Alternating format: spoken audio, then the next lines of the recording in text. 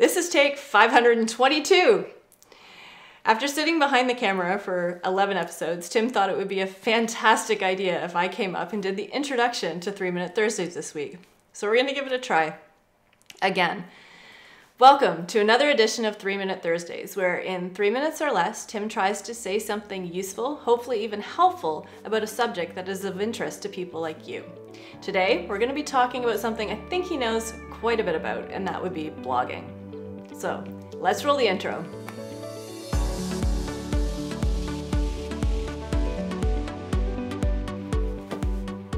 See, I just wanted her to know it's not as easy as it looks.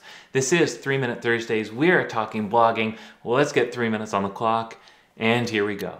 All right, I've been at this blogging thing for a long time. I started my blog 2002, started blogging every day 2003. There was this little honeymoon period at the beginning of blogging. Guys like Hugh Hewitt were writing books called Blog. Everyone was celebrating this thing. It was going great. Within about 2 or 3 years, I'd say, people started predicting the end of blogs. That's it, we've moved on, new media, etc. So people have been forecasting the death of blogs since really almost the beginning. Stuff and nonsense. I say there's still time for you to start a blog. Now, here are just a few tips to get you going. Number one, just write. There will be all sorts of things for you to focus on. There will be all sorts of distractions that can keep you away from doing what matters most, is the writing. So please just write. Don't worry too much about the perfect headlines and following all the rules. Just write. You need to prove to other people you can write something that's interesting enough for them to read it. You need to prove to yourself that you can maintain the discipline to actually write for any length of time.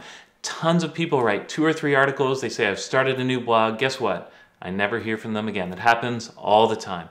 All right, tip number 2, we're going to talk about finding your niche, or finding your niche if you're in Canada, which is to say, there was a time you could be a real generalist. There was a time in blogging when lots of people could write about everything. They could just write about life broadly. But those days have really, I think, kind of gone now.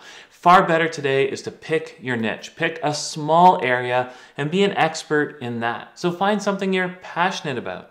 Find something you know a lot about and write that. There's room there for expertise in a very small, very particular area. Number 3, just write. I think I might have already said that. Just write. As soon as I'm done this video, you put your fingers on the keyboard and you start writing something. You can't just think about blogging. Sooner or later, you've actually got to do the blogging.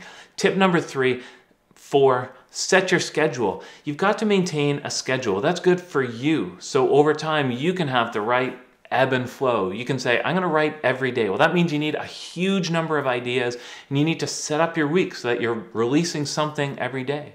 Or maybe you say, I just want to write once a week. Every Monday I'll release a new article. Good. You need a much smaller pool of ideas and you just set the schedule to write once a week. That means you've got all week to develop that one idea and to post it. Set your schedule. That will also help other people understand how often do they need to visit your world, your blog, visit your Facebook to see what you're saying. Set your schedule and stick to it. Maybe I'll throw in, I'll do it. I'll throw in one bonus tip. Just write. This video is about done. I want you to turn it off. I want you to write. Do it now.